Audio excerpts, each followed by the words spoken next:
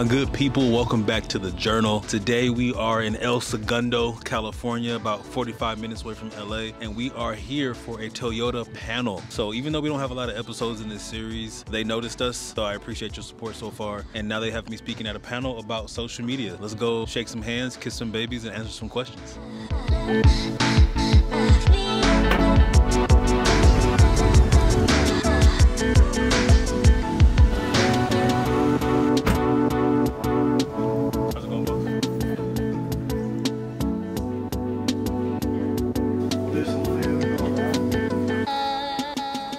Thank you for being here. I'm the brand manager to meet you. Nice to meet you. Yeah. Do you want to start with? My quick swing at that from a Toyota perspective. The gentleman, Devin Davis.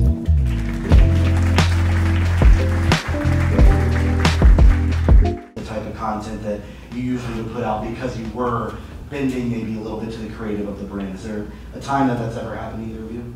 One of the things that I had to do to really prove to future partners, and I still refer to the video sometimes, I don't have to do it as much anymore, but I made a YouTube video about why fashion influencers suck. It was pouring in comments of people saying, I hate when the video is like 50% about the ad and I didn't really get any value from it. We are educators, we have deeper connections with people, we invest in our community. We just as seriously as brands and companies and corporations do. Sure, the scale isn't there, but the connections matter almost more. Speaking to what you were saying earlier about things being your style and being, you know, a car isn't just a vehicle, it's also like an extension of your personal style and your personal taste and your unique perspective, right?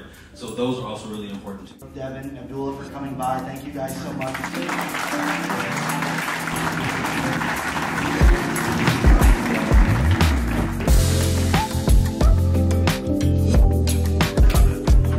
I learned a lot from hearing this.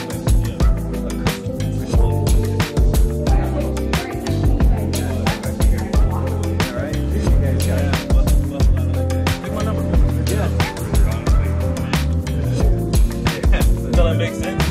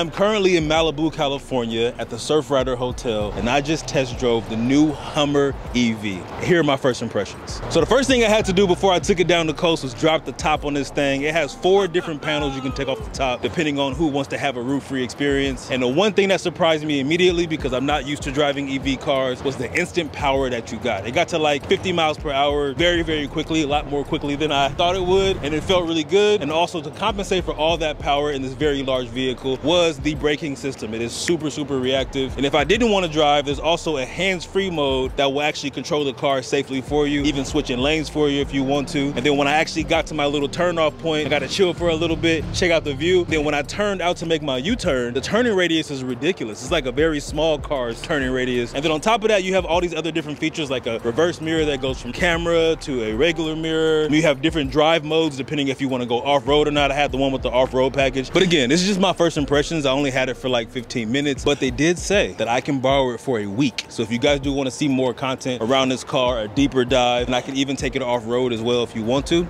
let me know. All right, so quick garage build update. If you look right here behind me, you see that we have a ladder present and a whole bunch of parts because we're finally getting shelving in this bad boy. You notice that my garage is a very, just a smaller space. Only can fit 2 cars in here. Come on, come on. The idea is to use as much storage as possible. What this is gonna turn into when you get up here, it'll be like 3 different rows of shelving, so we can put any equipment up here. We're gonna start stocking inventory and stuff from the studios. All these things actually came from New Age. This cabinet, we got an entire tool cabinet with wheels, lots of drawers. This is gonna be mounted onto the wall. And if you swivel around here, we have a tall storage cabinet. You might have saw one before, but it was way too tall, so we got like a shorter one. And then we have a refrigerator as well for drinks. It's actually a lot bigger than I thought it would be, but we can make it work.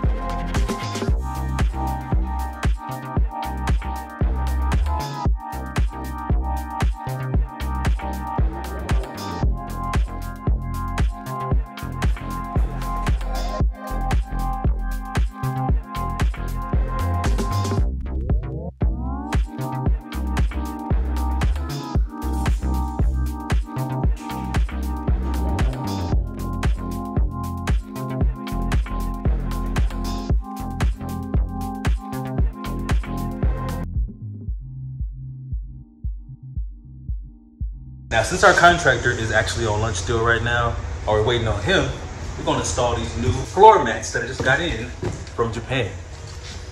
So let's check them out.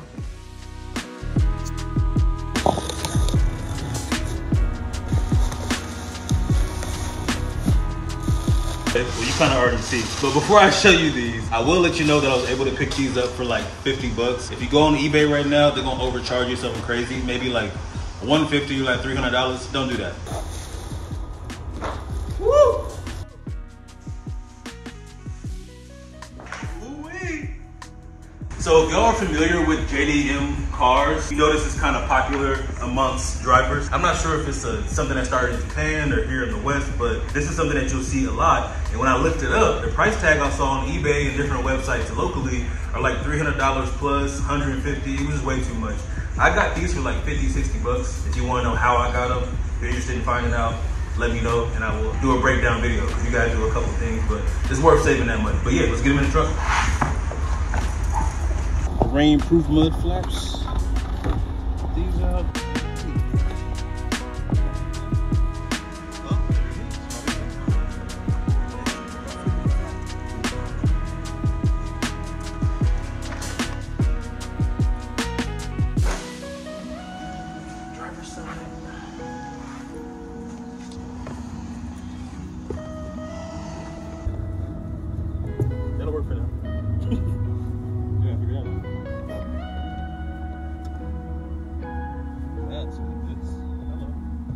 So my truck came with this one on there from the original owner, or I guess the last owner before me.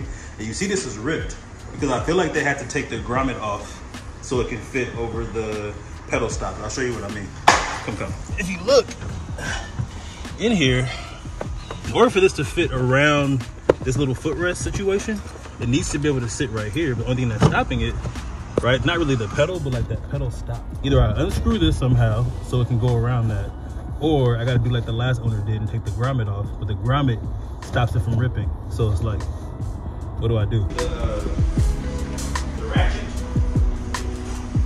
Oh yeah. So my guess is gonna be one of the big ones, right?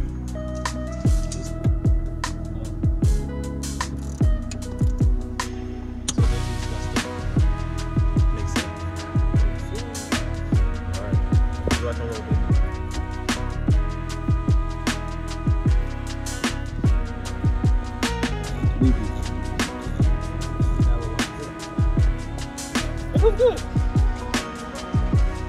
And they also came with 2 Velcro clips to keep it in place. You'll see that whatever was there before, the original hook, is gone. We have to replace that, and now we have a very easy way to do it with the Velcro attachment. There it is. There it is. See what I'm saying? See what I'm talking about? Easy money. Easy money.